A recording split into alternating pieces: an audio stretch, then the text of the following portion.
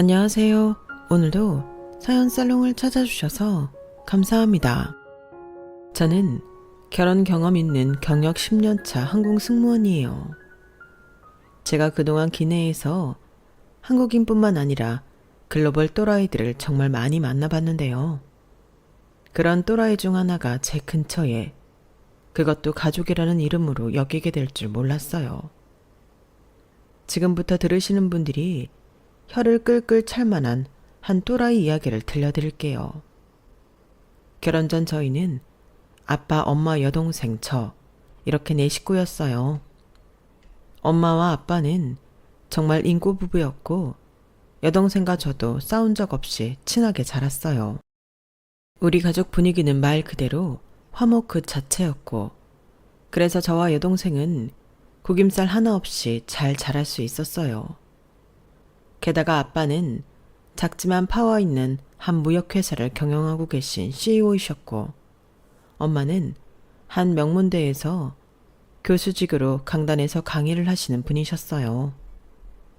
아빠와 엄마 덕분에 저희 자매는 경제적으로 큰 어려움 없이 성장할 수 있었지만, 그렇다고 막 사치를 한다거나 분수에 넘는 과소비를 해서 과시욕을 부리는 일은 절대 없었어요. 부모님은 아무리 돈이 있어도 겸손과 절제의 미덕을 항상 강조하셨으니까요. 이런 저희 가족에게도 한 가지 걱정거리는 있었어요. 바로 아빠의 회사 승계 문제였어요. 자식 중에 아들이라도 하나 있었으면 좋았겠지만 딸만 둘인데다가 제 동생은 일찍이 유학 중에 만난 독일인과 결혼해 지금은 독일에서 살고 있거든요. 저는 워낙 어릴 때부터 하고 싶었던 꿈이 승무원이었고, 이걸 알고 계신 부모님들이 제게 회사를 맡기겠다고 하기에는 미안하셨던 거죠. 그리고 객관적으로 제 스스로를 알지만 한 회사 경영을 휘두르며 리더십을 발휘할 수 있는 사람은 확실히 아니었으니까요.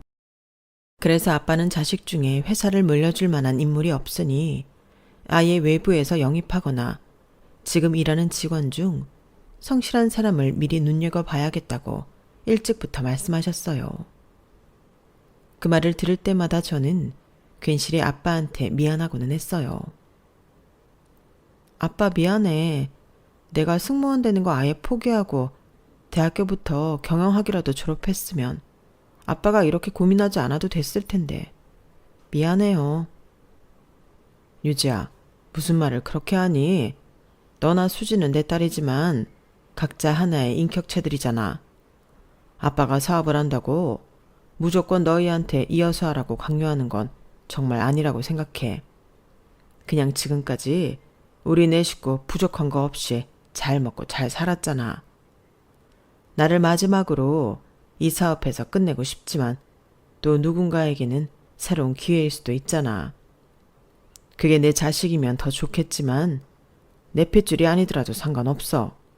그러니까 아빠한테 미안해하지 마.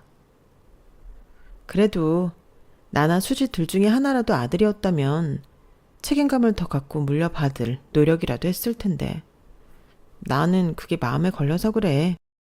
그런 말 하지 마. 성별을 너희가 선택해서 태어났니? 어떻게 보면 다 아빠 불찰이지. 유지야, 정말이야. 마음에 좀 갖지 마. 너 매번 비행 간다고 하고 유니폼 입고 싱긋 웃으면서 나갈 때마다 아빠까지 기분이 다 좋아지더라. 유지가 어릴 때부터 하고 싶었던 일 이뤄서 얼마나 다행인지. 아빠는 다 보여. 네가 정말 네 일을 좋아하고 있다는 걸.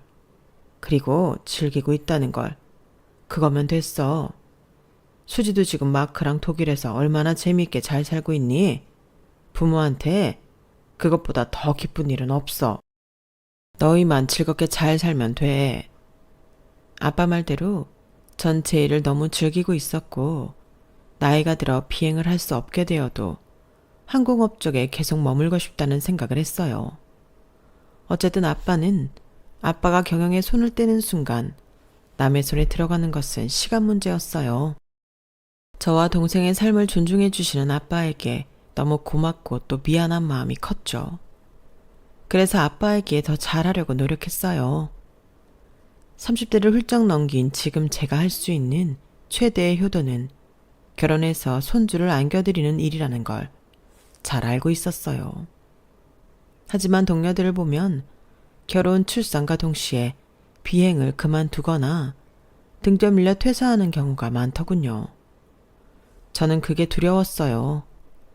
제 일을 포기해야 하는 상황이 올 수도 있다는 것을요. 사실은 전에 만난 남자친구와 이런 문제로 언쟁을 한 적이 많거든요. 전 남자친구는 얼굴도 잘생겼고 집도 거의 준재벌급으로 굉장히 부유했어요. 그의 부모님은 우리 집과 달리 강압적이었고 결혼하면 여자는 무조건 집에서 남자 내조를 해야 하고 아이를 잘 키우는 것에 집중해야 한다는 조건이 있었죠. 남자친구와 저는 서로 좋아했지만 그는 저와 입장차를 좁히지 못하고 결국 헤어지고 말았어요. 그 후 그는 어떤 여의사와 결혼을 했고 그 여자도 의사라는 직업을 포기하고 집에만 있다고 들었어요. 저도 뭐가 좋은 건지 뭐가 옳은 건지 헷갈리더군요. 그러다 한 남자를 알게 되었어요. 제가 하는 일이 워낙 시간대 고정이 되어 있지 않아 좀 폭넓게 할 수 있는 취미생활이 없을까 하다가 러닝 동호회를 가입했어요. 그분들은 거의 매일 러닝 활동이 있으니 본인이 시간 맞을 때 참여하면 돼서 아주 좋더군요. 그러다 시간대가 꽤 겹치는 남자가 있더군요. 처음에는 눈인사만 건네다 같이 뛰는 시간이 많아지다 보니 자연스럽게 대화를 나누게 되었어요. 제가 스케줄 근무를해서 매일 나오는 건 아닌데 자주 뵙네요. 네, 저는 거의 매일 뛰거든요. 좀 이상할 수도 있는데 비바람 불 때도 눈이 소복소복 쌓였을 때도 러닝을 하면 이상하게 기분이 좋아지더라고요. 웬만하면 빼놓지 않으려고 해요. 아, 그래서 제가 올 때마다 계셨던 거구나. 인사가 늦었네요. 저는 김유지라고 해요. 안녕하세요. 저는 여주승입니다. 그 몇 번의 되풀이로 저희는 더 많은 이야기를 하게 되었어요. 그리고 서로에게 호감이 생기기 시작했고요. 유재 씨는 스케줄 근무면 무슨 일 하는 거예요? 아, 승무원이에요. 정말요? 완전 멋지다. 어쩐지 키 크고 단아한 이미지 승무원이랑 어울릴 것 같아요. 주승 씨는요? 저는 Q은행 경영관리팀에서 일해요. 그러시구나. 단정한 게 은행 이미지랑 맞으시네요. 제가 하도 범생이같이 생겨서 그런 이야기를 많이 듣기는 해요. 우리 같이 한잔 하죠? 네. 주승 씨와는 급격히 가까워졌고 제가 비행 없는 날에 러닝 외에도 따로 만나는 날이 많아졌어요. 자연스럽게 그와의 교제가 시작되었어요. 저희는 생각보다 말도 잘 통하고 공감대 형성이 잘 되는 커플이었어요. 시간이 흐르면서 결혼에 대해 이야기하기 시작했어요. 하지만 전 남친에 대한 안 좋은 기억이 있어 확실히 해두고 싶었어요. 주승 씨, 난 결혼해도 내 일을 계속 하고 싶어. 물론 아이가 있더라도. 자기가 서운하게 들릴 수도 있겠지만 난 가정만을 위해 내가 하고 싶은 일을 포기할 수 있는 여자는 아니야. 우리가 결혼하고 아이가 생기는 기쁨도 행복이겠지만 나한테는 일을 하면서 따라오는 성취감도 필요해. 요즘 우리 결혼 얘기가 자꾸 오가는데 이런 건 좀 확실히 못 받고 가고 싶어서 많이 서운했다면 미안해. 유지야, 네가 그렇게 말해주니까 나야말로 너무 고마운걸. 나도 너한테 결혼하고 일 그만두라고 할 생각 추워도 없었어. 요즘이 어떤 세상인데 여자한테 집에 들어앉아서 살림이나 하라 그래. 난 네가 자기 일 사랑하고 열심히 하는 모습에 반한 거야. 그런데 내가 자기한테 일을 하지 말라고 할 리가 없잖아. 같이 경제적 부담도 나눌 수 있고 난 너무 좋지. 그러니 하나도 걱정할 필요 없어. 정말이야? 그럼 여태까지 그게 걱정이었구나. 우리 이제 순조롭게 결혼 준비만 하면 되겠지? 주승 씨와 깊은 대화를 나눌수록 제 일을 진심으로 존중해주고 있다는 느낌을 받았어요. 결혼을 지체할 이유가 없었죠. 그리고 사실은 조승 씨를 보면서 저는 혼자 다른 생각도 갖고 있었어요. 만약 조승 씨도 받아들이고 그럴 만한 능력이 있는 사람이라면 아빠의 회사를 물려받는 것에 대해서요. 조심스러운 일이라 아직 얘기는 하지 않았지만 그렇게 된다면 서로에게 좋은 일이니까요.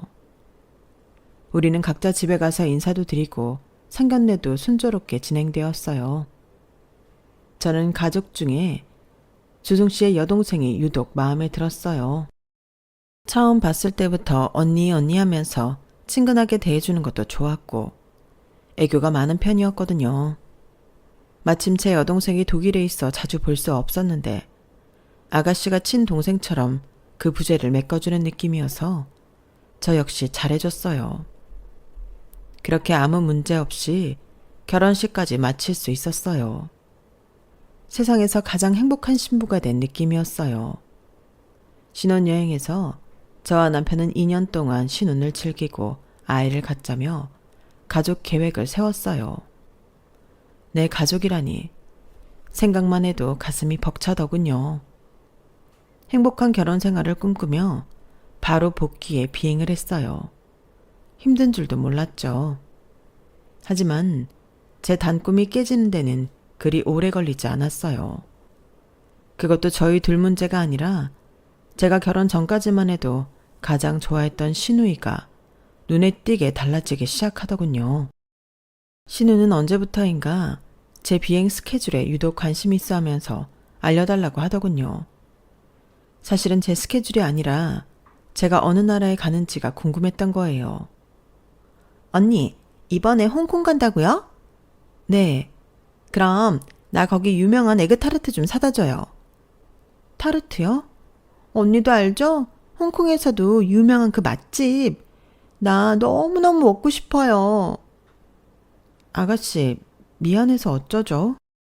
이번에 홍콩 가는 건 퀵턴이라서 시내까지 나가서 그걸 사러 갈 시간은 없을 것 같은데요. 그래요? 그럼 1박이라도 하는 비행으로 바꾸면 안 돼요? 그런 건 제 맘대로 할 수 있는 일이 아니어서요. 이런 사소한 부탁부터 시작되었어요. 언니, 이번 비행 호주예요?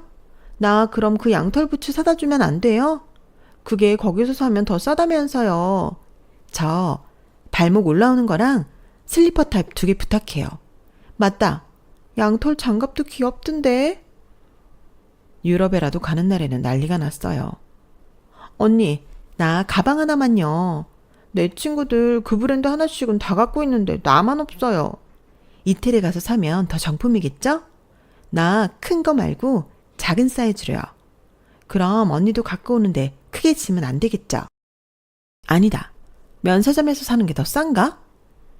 문제는 가는 나라마다 사다 달라는 건 한 보따리인데 정작 제게 돈을 주는 경우는 드물었어요. 정말 살 게 없는 나라에 비행을 갈 때는 면세점에서 초콜릿만 안 사가도 빈정상한 티를 팍팍 내기도 했어요. 결혼 전후로 저를 물주 보듯이 바뀐 신우이가 이해되지 않았어요. 결혼 전에 봤던 그 모습은 어디로 사라졌는지. 하지만 이건 시작에 불과했어요. 갈수록 신우이의 요구와 만행은 점점 저를 질리게 만들었어요. 언니, 저 이번 주에 중요한 소개팅이 있는데 지난번에 언니가 입은 노랑 원피스랑 실버 색상 가방 좀 빌려줄 수 있어요? 아가씨, 그건 저도 프랑스에서 사오고 한 번밖에 안 입었던 건데. 아유, 언니. 그거 입고 소개팅 나가면 왠지 잘 될 것 같은 느낌이란 말이에요. 깨끗하게 입고 돌려줄게요. 네? 어느 날은 제가 아끼는 주얼리 세트를 빌려달라며 독촉하더군요. 언니, 그 목걸이랑 귀걸이 세트 한 번만 할게요. 내일 모레 총 동창회 있는데 그래도 그렇게 블링블링한 거 하고 나가야 안 꿀릴 거 아니에요. 아가씨, 그거 저도 아까워서 진짜 중요한 날에만 차는 목걸이랑 귀걸이에요. 그걸 빌려달라면 제가 좀 곤란해요. 어디 흠집이라도 나면 제가 2배 더 비싼 걸로 사서 드릴게요. 한 번만요. 네? 하지만 결국 그 주얼리 세트는 제 손에 돌아오지 못했어요. 신우이가 분실했거든요. 언니, 진짜 미안해요. 동창 애들이랑 간만에 만나 술 먹다 보니까 너무 신나서 클럽 갔었는데 춤추다 어디에 흘렀나 봐요. 어떡하면 좋아. 정말 미안해요, 언니. 제 앞에서 눈물까지 글썽이며 손이 발이 되도록 용서를 빌려군요. 속이 뒤집히고 열불이 났죠. 하지만 거기서 제가 어떻게 2배 더 비싼 걸로 해달라는 말을 할 수 있겠어요. 하지만 그때 제가 쐐기를 박았어야 했나 봐요. 그 뒤로 아가씨는 더 무례해지기 시작하더군요. 한 번은 제가 일주일 정도 오래 머물러야 하는 비행이 있었어요. 워낙 먼 데다가 날씨 때문에 항공기 지연이 많이 돼서 유독 힘든 비행이었어요. 지연에 불만을 품은 승객들은 하나같이 제게 화를 내었고 그날따라 비즈니스 속 기내식까지 적게 실리면서 온통 뒤죽박죽이었어요. 15시간이 넘는 비행을 마치고 겨우겨우 집에 돌아왔어요. 낮이라 남편도 회사에 있을 시간이고 샤워나 하고 한숨 자려고 했죠. 그런데 드레스룸으로 들어서던 그때 제 물건들이 묘하게 자리에서 조금씩 벗어나 있는 느낌이 들었어요. 저는 옷을 색깔별로 정리하는 편인데 눈에 띄게 마구 섞여 있는 옷들이 있었어요. 게다가 제가 항상 가방을 놓는 위치까지 이상하게 바뀌어 있었고요. 도둑이 든 것 같지는 않고 생각하고 있는데 띠디딕딕 하고 문이 열렸어요. 자기야, 왜 이렇게 빨리 퇴근했어? 어머, 아가씨. 문에 서 있는 건 남편이 아닌 신우이였어요. 저도 놀랐지만 신우가 더 놀라 벙쪄 있는 표정이더군요. 언니, 오빠가 언니 내일 온다 그랬는데 일찍 왔네요. 네, 날씨가 생각보다 빨리 좋아져서요. 그런데 아가씨는 지금 이 시간에 여기 어쩐 일로? 놀랍게도 신우 몸에 걸쳐있는 옷은 지난번 독일에 있는 동생이 제 결혼 선물로 보내준 보석이 곳곳에 박힌 유니크한 원피스였어요. 손에 들고 있는 가방도 당연히 말할 것도 없이 제가 가장 아끼는 백이었고요. 제 벗지 못한 구두 역시 제가 최근에 산 좋은 구두였고요. 그 순간 제 머릿속에 2가지 의문이 들었어요. 나는 저 옷과 가방, 구두를 아가씨한테 빌려준 기억이 없는데 왜 지금 신우가 입고 있으며 우리 집 비번은 어떻게 알고 자연스럽게 누르고 들어온 걸까 하는 의문이었죠. 본인이 입고 있는 옷과 가방에 제 시선이 꽂히는 것을 인식한 신우는 작은 방으로 후다닥 뛰어들어가더니 자기 옷으로 갈아입고 나오더군요. 언니, 내가 이번에 진짜 중요한 모임이 있었거든요. 이 보석 달린 원피스 빌리고 싶었는데 언니가 한국에 없어서 말 못했어요. 그래도 저 진짜 깨끗하게 입었어요. 뭐 하나 묻은 거 없이 깨끗해요. 보세요. 그럼 저 이것들 여기 두고 갈게요. 신우이는 내쫓기는 사람처럼 제 대답을 듣기도 전에 나가버렸어요. 그는 현관에서 뒤집어진 채 나뒹굴고 있고 바닥에 그냥 던져놓고 간 원피스와 가방을 보고 있자니 속이 부글부글했어요. 저는 굳은 얼굴로 남편이 올 때까지 기다렸어요. 자기, 혹시 아가씨한테 집 비밀번호 알려줬어? 그게 나 회사에서 바빠 죽겠는데 자기 와서 빨리 가져갈 거 있다고 계속 귀찮게 하잖아. 어쩔 수 없이 알려줬지. 그럼 내 물건 맘대로 가져간 것도 알고 있겠네? 자기 돌아오기 전까지만 제자리에 갖다 놓으라고 그렇게 일렀는데 그게 말이 된다고 생각해? 내가 없는데 왜 내 물건에 함부로 손대는 건데? 비밀번호는 왜 알려줘?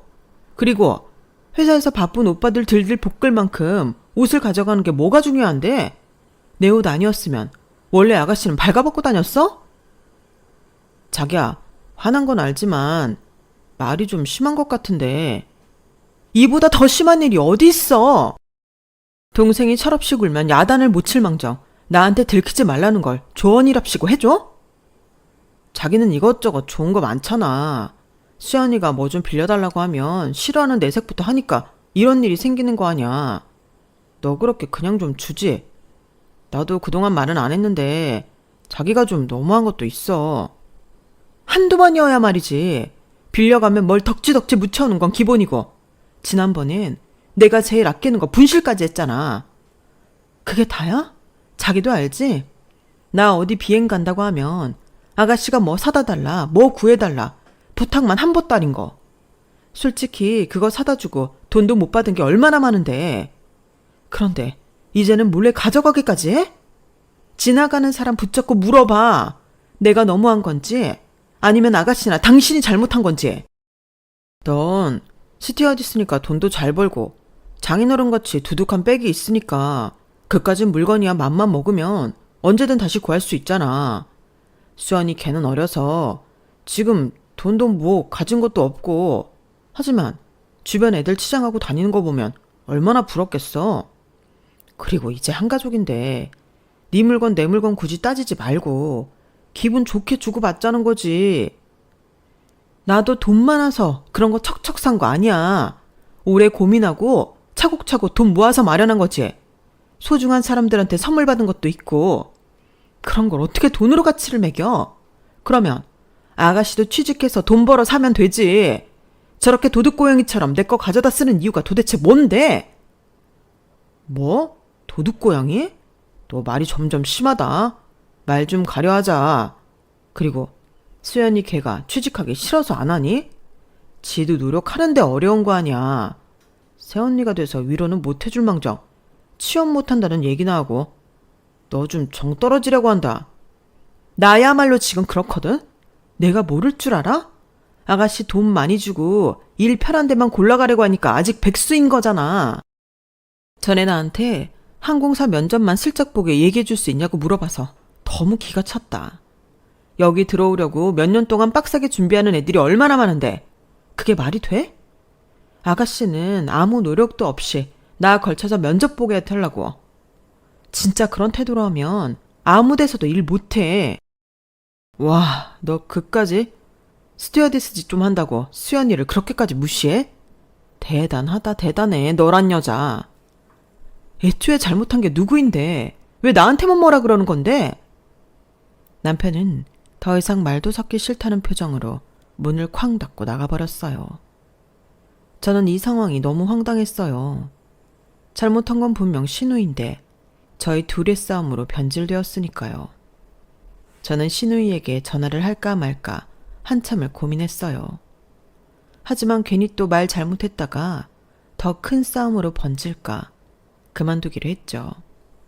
그렇게 남편과의 다툼도 흐지부지 끝났고 신우 역시 다음에 절 만났을 때도 사과나 미안한 기색 없이 전처럼 대하더군요. 기가 찼지만 사람 고쳐 쓰는 거 아니라고. 그냥 앞으로는 적당한 거리를 두고 지내야겠다 생각했어요. 그리고 얼마 후 제 생일이 되었어요. 남편과 친정에 가서 엄마 아빠랑 저녁 식사 겸 생일 파티를 하고 집에 돌아왔어요. 그때 휴대폰에 알림이 울려보니 신우가 보냈더군요. 언니 생일 축하해요. 제가 치킨 쿠폰 쏠 테니까 오늘 오빠랑 약식으로 맛있게 먹고 좋은 밤 보내요. 생전 뭐 빌려달라거나 사다 달라 할 때나 제게 연락하던 신우였는데 그 문자를 받고 내심 놀랐어요. 아가씨가 이런 것도 할 줄 아는 사람이었어? 아니면 그동안 나한테 했던 게 미안해서 정신을 좀 차린 건가? 아무튼 고맙긴 하네. 가격이 비싸고 저렴하고를 떠나 제가 이 집에 시집와서 신우에게 처음 받아보는 기프티콘에 혼자 살짝 기분이 좋아졌어요. 하지만 혹시나 했던 생각이 역시나로 바뀌는 건 그리 오래 걸리지 않았어요. 제 생일이 있고 보름 뒤가 바로 신우의 생일이었어요. 저도 받은 게 있어 보답하고자 맛있는 케이크와 좋은 향수 하나를 선물할까 생각 중이었어요. 그때 신우에게 사진 몇 장과 문자가 왔어요. 언니, 이 패딩 어때요? 예쁘죠? 요즘 날이 갑자기 추워졌는데 제가 입고 다닐 겉옷이 없어서요. 혹시 지금 제 생일 선물 고민 중이라면 이거 사줄 수 있어요? 미리 감사해요. 알라뷰 언니. 저는 사진을 자세히 보면서도 제 눈을 의심했어요. 너무 기가 차서 말이 안 나오더군요. 신우가 사달라는 패딩은 고가 중에서도 최고가 브랜드였거든요. 심지어 그 패딩은 가격이 300만 원에 육박하는 이번 시즌 신상이었어요. 그런데 그 비싼 옷을 생일 선물로 사달라뇨. 기가 막히고 코가 다 막히더군요. 제 생일에는 치킨 기프티콘 하나 달랑 보내주고 자기 생일에는 비싼 패딩을 사달라고 요구하다니. 얼굴까지 빨개지며 열이 솟구쳐 오르는데 신우이에게 또 문자가 왔어요. 언니, 이 패딩 시즌 한정이고 콜라보 제품이라 여기저기서 다 파는 거 아니래요. 본점에서만 구할 수 있대요. 언니가 직접 사러 가기 힘들면 돈으로 줘도 돼요. 내가 가서 살게요. 패딩은커녕 원래 주려 했던 케이크와 향수까지 아무것도 주고 싶지 않더군요. 아니, 혹시 줬던 게 있다면 그것마저 다 뺏어오고 싶었어요. 저는 바로 이 패딩 선물은 힘들 것 같다고 무심하게 답장을 했어요. 그러니 바로 신우가 전화를 제게 걸어오더군요. 언니, 왜요? 제 생일이잖아요. 그런데 나 선물 안 줄 거예요? 아가씨, 이건 좀 너무 비싼 선물이잖아요. 이런 건 제가 사줄 수 없어요. 언니도 많잖아요. 나 저거 사줘요. 네? 아니요, 저 돈 없어요. 저도 열심히 일해서 돈 벌어요. 그렇게 번 돈으로 아가씨 생일 선물로 300만 원짜리 패딩을 사달라고요? 좀 너무하다고 생각 안 해요? 언니 생일 때 나도 선물했잖아요. 내가 얼마나 신경 쓰고 고민해서 보낸 건데 언니는 입쓱 닦으려고요? 아가씨, 주변에 한번 물어보세요.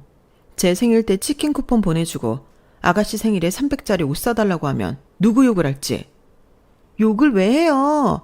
아무튼 그 쿠폰 나 되게 어렵게 마련한 거예요. 언니는 왜 내 성의를 몰라요? 알죠. 아가씨 직업도 없고 돈도 없는데 치킨 쏘느라 허리가 휘었겠죠. 그런데 상식적으로 2만 원짜리 치킨 사주고 300만 원짜리 패딩 달라고 하는 사람은 지구상 어디에도 없어요. 아가씨 빼고요. 그건 아주 상식적인 거예요, 아가씨. 언니, 지금 나 모욕 준 거예요? 모욕이 아니라 알려준 거예요. 아무리 나이가 어려도 알 건 알아야 되니까요. 돈이 없으면 비싼 거 안 먹고 안 입고 안 하는 게 맞는 처사예요. 됐어요. 사주기 싫으면 사주기 싫다고 하지. 뭘 그렇게 고상한 척을 해요. 이따 제가 쏜 치킨값이나 돌려주세요. 3살짜리 아이도 알만한 이치를 지금 20살도 한참 넘은 성인한테 말하고 있자니 제가 더 자괴감이 들더군요. 그리고 이런 사람이랑 가족이라는 끈으로 엮여 있다니. 삐져서 전화를 끊은 신우는 바로 시모와 남편에게 고자질을 한 것 같더군요. 시모에게 바로 전화가 왔으니까요. 유지야, 다 좋은데 수연이한테 적당히 하렴. 쟤 지금 방에 들어가서 울고불고 난리도 아니다.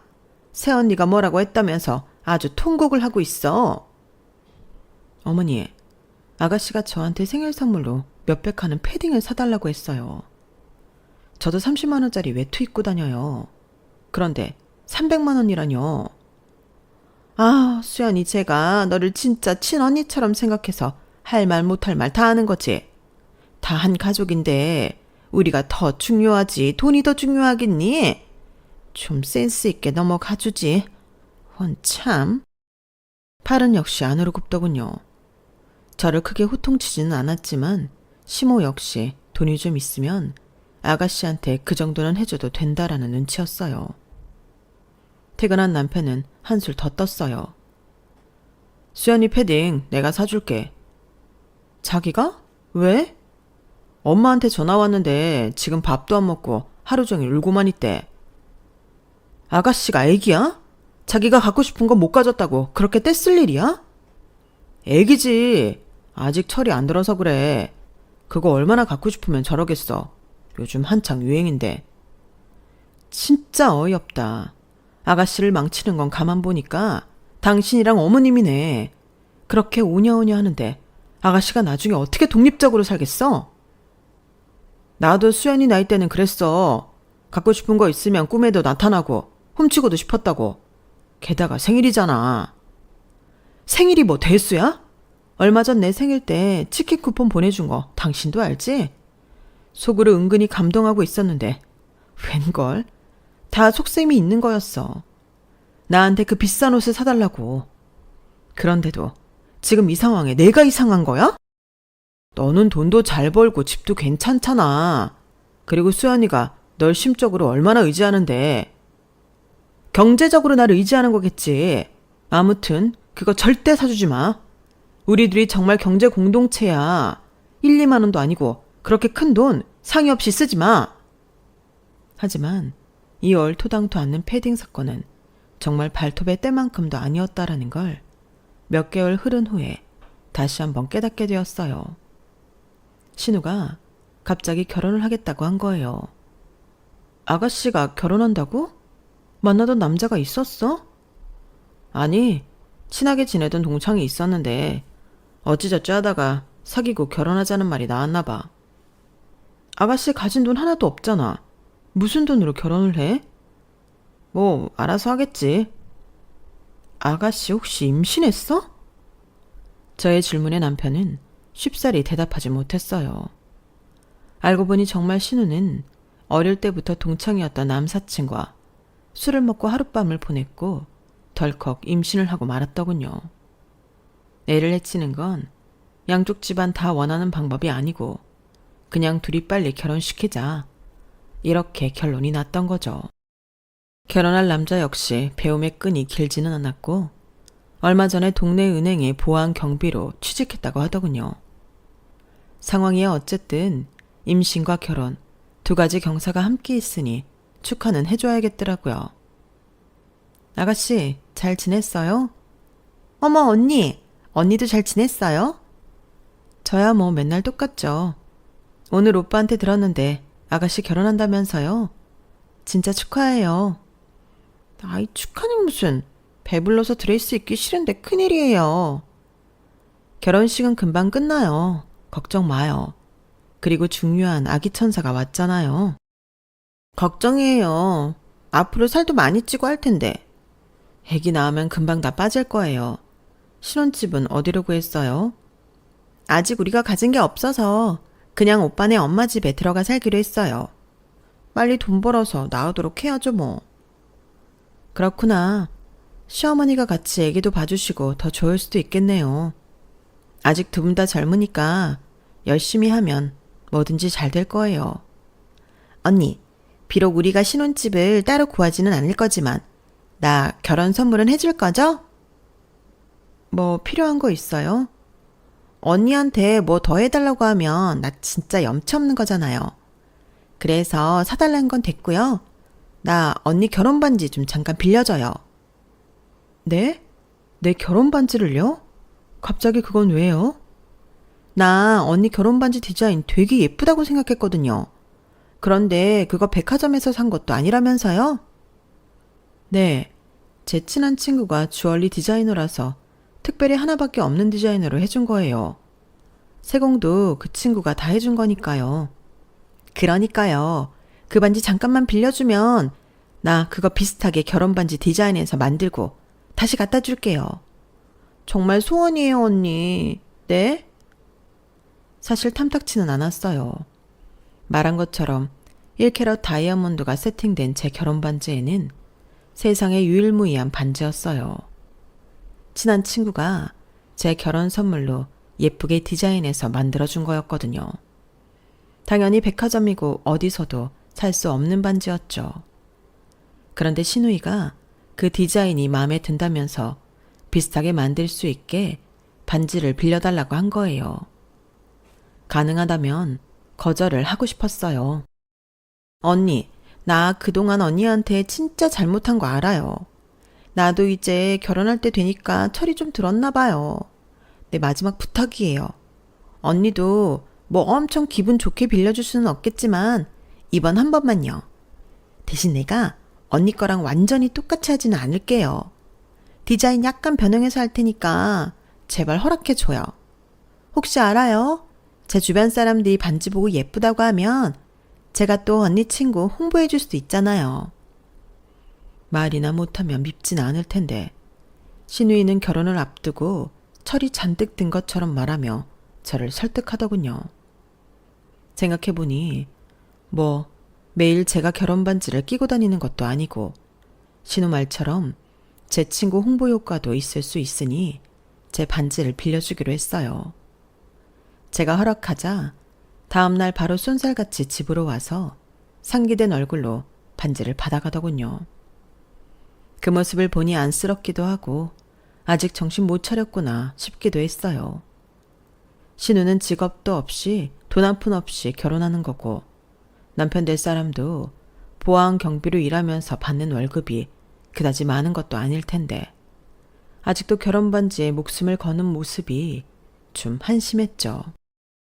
앞으로 아기도 나올 거고 들어가는 돈도 많을 텐데 반지 같은 건 좀 심플하게 하고 더 현명한 방법으로 돈을 모으면 좋을 것 같다고 충고하고 싶었지만 결국 꾹 참았어요. 남편도 시모도 신우한테 그런 이야기를 해주지 않는데 제가 한다고 뭐 먹히겠냐 싶었던 거죠. 어쨌든 한 달 후에 신우는 남편을 통해 제 반지를 돌려보냈더군요. 이거 수연이가 갖다 주래. 디자인이랑 세공 다 했나 보네. 요즘 금값 비싸다는데 잘하는 데서 했나 모르겠네. 궁금하면 직접 물어봐. 뭘 그런 걸 물어봐. 아가씨가 알아서 했겠지. 저는 남편과 대화를 하다가 간만에 제 결혼 반지를 끼고 형광등에 비춰봤어요. 뭔가 오랜만에 반지를 끼고 있으니까 기분이 묘하더군요. 그런데 그때 반지가 굉장히 낯설게 느껴졌어요. 응? 내 반지 맞는데 뭐가 이렇게 어색하지? 불빛 아래서 다이아몬드 색이 좀 이상하게 비치네? 보석이 다 똑같지 뭐. 다이아가 발 달려서 도망갔겠어? 남편은 무심히 말했지만 저는 꺼림칙한 느낌을 떨쳐버릴 수 없었어요. 제가 전문가는 아니었지만 아가씨 손에 가기 전 다이아몬드가 아닌 느낌이었죠. 저는 반지 디자인을 해준 제 친구를 찾아갔어요. 그 친구는 눈으로만 보고 바로 한마디 하더군요. 너 왜 다이아몬드 바꿨어? 그게 무슨 소리야? 너 거 내가 1캐럿 다이아 내가 여기 박아줬잖아. 근데 빛깔이 이게 뭐야? 그 좋은 다이아 어디에 버리고 싸구려 큐빅을 갖다 끼운 거야? 저는 너무 놀라서 친구에게 상황을 설명했고 친구는 전문 다이아몬드 테스트키를 바로 갖다 댔어요. 야, 뭐냐? 네 신우이란 사람? 이거 큐빅이야. 뭐? 확실해? 이것 봐. 다이아몬드면 이 기계에서 소리가 나야 돼. 지금 아무 소리도 안 나잖아. 그냥 육안으로만 봐도 빛깔이 싸구려구만. 그리고 돋보기로 자세히 보면 다이아몬드를 잡고 있던 발들이 벌어졌던 찍힘 자국이 있어. 원래 있던 걸 빼고 다른 걸 새로 넣었다는 이야기지 뭐냐? 네 신우이 소름 돋네? 진짜 소름 돋는 건 저였어요. 제 반지를 빌려가 다이아를 바꿔치게 하다뇨. 저는 반신반의하며 시댁으로 달려갔어요. 마침 시모와 아가씨가 과일을 먹고 있더군요. 유진이가 이 시간에 웬일이니? 아, 어머니. 지나가는 길에 잠깐 들렀어요. 식사는 하셨어요? 다 먹고 과일 먹는 중이었어. 아가씨도 있어요? 그럼 지금 TV 보면서 과일 먹어. 저 그럼 잠깐 들어가도 될까요? 물론이지. 얼른 들어와. 소파에 널브러져 포크질을 하던 신우는 들어오는 저를 보고 약간 놀라는 눈치였어요. 언니, 여기까지 갑자기 무슨 일이에요? 그냥 지나가다가 갑자기 아가씨 반지가 잘 나왔나 궁금해서요. 그래도 제 디자인 비슷하게 한다고 가져갔는데 어떻게 나왔나 궁금해서 말이에요. 마침 손에 끼고 있네요. 어리석은 신우는 얼마나 좋은지 그 1캐럿짜리 반지를 집에서도 끼고 있더군요. 잘 나왔어요. 고마워요, 언니. 나 갑자기 배가 아프네. 화장실 좀... 아가씨, 잠깐만요. 그 반지 다이아몬드 어디서 났어요? 네? 무슨 소리예요? 신랑 될 사람이 사줬지. 나도 1캐럿 다이아몬드 결혼 반지라고요. 그거 혹시 제 반지에서 빼가서 바꿔치기 한 건 아니고요? 옆에서 봐도 신우는 삐질삐질 땀을 흘리고 있더군요. 시모는 영문도 모른 채 저와 신우를 번갈아 보고만 있었어요. 아가씨, 안 들킬 줄 알았어요? 다이아몬드가 그렇게 욕심났어요? 이렇게 나쁜 짓을 할 만큼? 그게 아니라 잠깐 끼고 돌려주려고 했어요. 이미 바꿔서 세팅까지 다 해놓고 잠깐 끼고 돌려주려고 했다고요? 지나가던 개가 웃겠네요. 어머니, 똑똑히 들으셨죠? 아가씨가 제 결혼 반지 빌려가서 원래 있던 다이아몬드는 빼가고 여기에 큐빅을 대신 넣어놓은 거예요. 지금 아가씨가 끼고 있는 반지가 제 다이아고요. 어머나 수연아, 너 정말 그랬어? 왜 그랬어? 나도 다이아 반지 갖고 싶었단 말이야. 아가씨, 구할 수 없으면 그런 욕심을 버렸어야죠. 욕심을 부리고 싶으면 능력과 돈을 벌어야 하는 거고요. 지금 이건 절도예요, 절도. 저는 더 이상 사람 같지도 않은 신우와 이야기하고 싶지 않더군요. 저는 분통을 터뜨리며 택시를 타고 집으로 돌아왔어요. 남편 퇴근 후 저는 모든 것을 이야기했고 심각한 얼굴로 듣고 있던 남편은 그제야 진실을 말하더군요. 우리 결혼 때 장인어른이 해주신 시계 그거 팔아서 수연이 결혼 보태라고 줬는데 그걸로 반지한 것 같아. 뭐? 그게 얼마짜리 시계인데 그걸 줘? 국내에서는 구하기도 힘든 거야. 알아. 나는 수연이가 이제 결혼도 하고 부모도 되니까 철이 들 줄 알았지. 다 내 잘못이다. 진짜 이 집안 구제불능이다. 오빠나 여동생이나 다 미쳤네.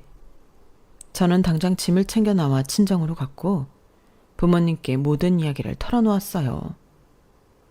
유지야, 그런 물건들은 돈이 있으면 얼마든지 살 수 있어. 하지만 그런 인성은 타고난 거라 절대 고칠 수 없어. 네가 앞으로도 마음고생 많이 할 것 같아 우리는 걱정이다. 결국 긴 상의 끝에 저는 남편과 이혼하기로 했어요. 남편은 본인이 다 잘못했으니 제가 하는 모든 결정에 따르겠다는 태도였거든요.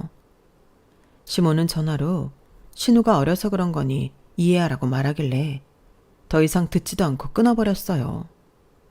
더 놀라운 건 이혼하는 과정에서도 결국 이혼하고 나서도 그 신우한테는 연락 한 번 없었다는 거예요. 끝까지 남편만 제게 미안하다고 하며 신우 반지에서 빼낸 다이아몬드를 돌려주더군요. 남편과는 특별히 악감정은 없었지만 저런 시댁과 더 이상 엮이고 싶지 않았어요. 참, 이제 와서 하는 말인데 나 우리 아빠 회사 당신한테 승계받게 할까 생각한 적 있어. 우린 딸만 있고 회사 경영은 아예 모르니까. 그래서 당신을 후보로 생각했었는데 지금에서라도 이렇게 인연이 끝나서 얼마나 다행인지 몰라.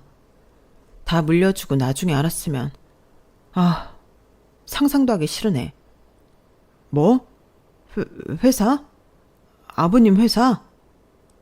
남편의 망연자실한 표정을 뒤로하고 저는 법원을 떠났어요. 오늘 이 사실을 알고 난 다음에도 저 시댁에서 신우한테 사랑스러운 우리 동생, 우리 딸 할 수 있을지 궁금하긴 하네요. 이혼녀라는 꼬리표를 달았지만 저는 지금 홀가분하고 좋아요.